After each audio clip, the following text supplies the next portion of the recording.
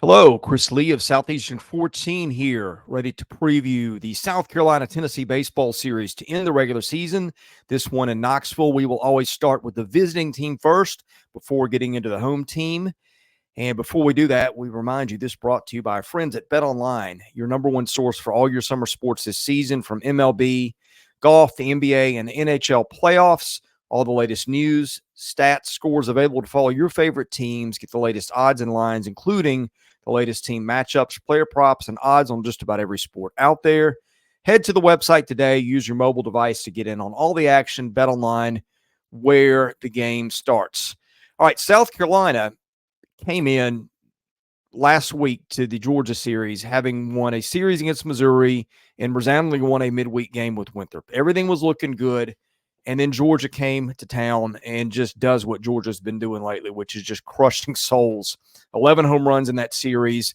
So Carolina, first of all, no midweek game to recover between now and a road trip to Knoxville, whereas Lindsey Nelson Stadium is just a brutally tough place to win. So that sets the scene for the Gamecocks. Let's talk about the offense here.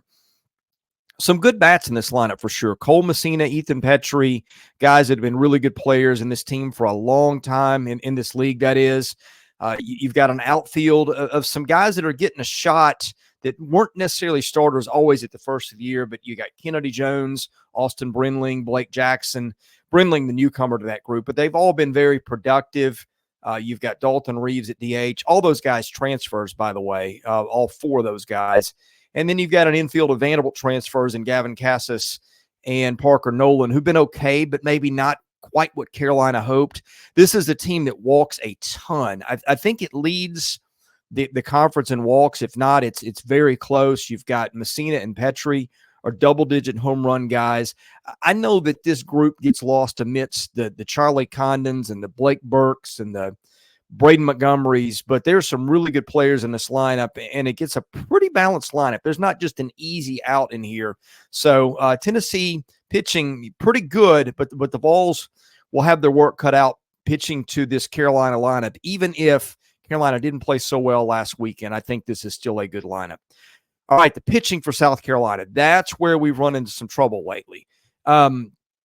The starters last weekend weren't good. I don't think the bullpen was really a whole lot better. Roman Kimball has been the Friday night guy. He's really more of an opener than he is a starter, kind of the way Chris Stamos is for Tennessee. We'll get to him in just a minute.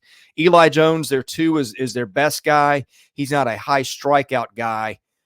He is more of a keep the ball on the ground guy, which you want to do against Tennessee, and don't put guys on base. So that might be the key game, game two. Eli Jones will face Drew Beam in that game two.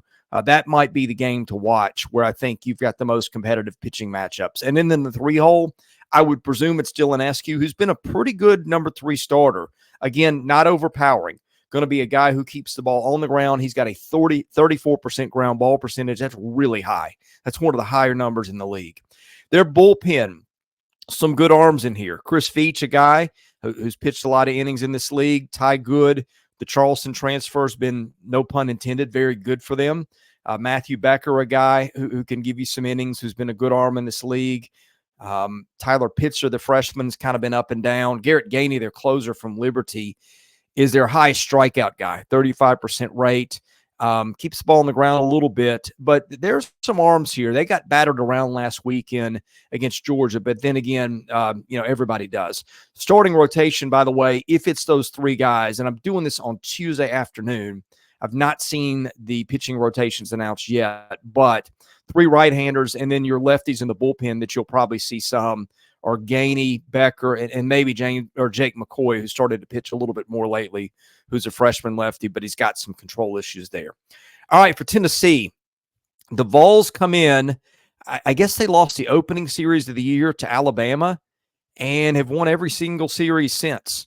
Beat Vanderbilt at Vanderbilt last weekend. They've got a midweek game with Belmont in Knoxville. I don't know if that will impact Tennessee's pitching at all. Probably not. But that's a Tuesday game before a Thursday series start. Carolina does not have to play a midweek game. So that might be just a little something to watch.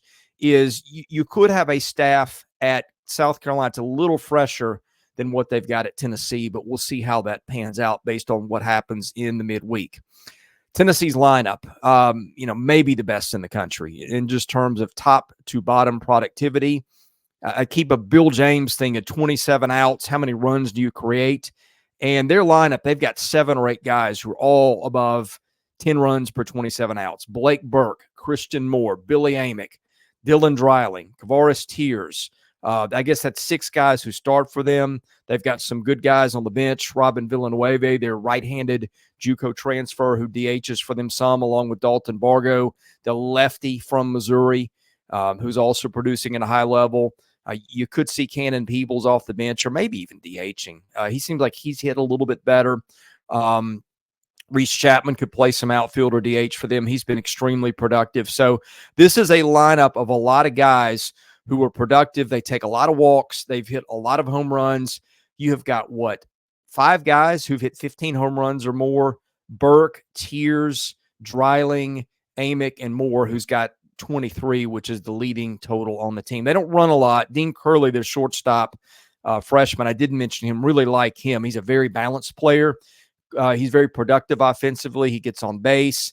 He doesn't strike out a ton for a freshman, got 9 homers and 9 steals. So like that kid too. But anyway, this is a lineup that 1 to 9 is really not an easy out anywhere. And they've got some guys on the bench who can do some damage too.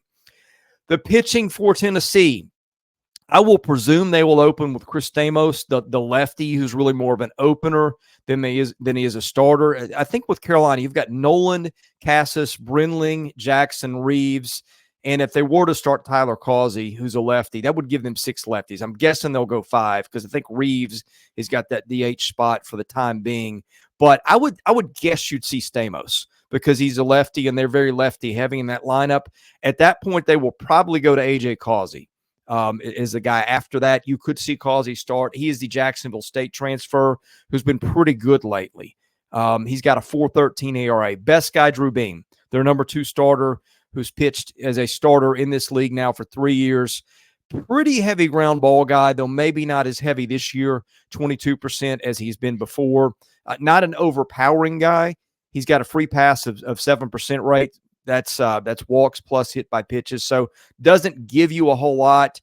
Does an okay job of keeping the ball in the park. Not great. That's hard for anybody to do these days, but he is a steady number 2 that most teams in the country would kill to have. Xander Sechrist, they're 3. Probably not going to give you 7 or 8 innings, but is capable of it, I guess. And then the bullpen. I think this is where Tennessee is the best. Nate Snead, their righty Wichita State transfer, has been really good. He's thrown 56 innings. He's a guy they will throw into a ball game in the 2nd or 3rd inning sometimes and close it out. Maybe not from that point, but he could go in the 4th or 5th and finish the game and then maybe show up again later in the weekend. He's a guy who is maybe Tennessee's best pitcher given how effective he's been and where they use him. He's got a 2.57 ERA. They've got other guys out of the bullpen. Kirby Connell, not overpowering, but a lefty who's pitched a lot in this league. Aaron Combs, a righty who's been pretty effective, 3.21 ERA. Andrew Binke, a freshman lefty. Seems like he's been getting used a little bit lately in some key spots. So I think Snead is the guy that eats a lot of innings. And then they've got 3 or 4 other guys who are very pitchable that you can run out there without giving your coach a heart attack. So that's kind of the summary of pitching for Tennessee. All right, predictions. I almost always go with the home team if it's close. In this case, I think Tennessee the better team. It is at home. Could South Carolina get a game? Yeah, I think it could. I think that game 2 is the one I'm particularly watching. That's probably your better pitching matchup. From there, it's kind of a war of pitching attrition. And I think with Nate Snead, Tennessee's probably got a little bit of an edge, not to mention the edge in the lineup. So anyway, we'll see how this goes. Tennessee playing for a national seed and then who knows what, maybe the number 1 national seed. Carolina, if he can get a couple of wins, maybe can get back in the host conversation.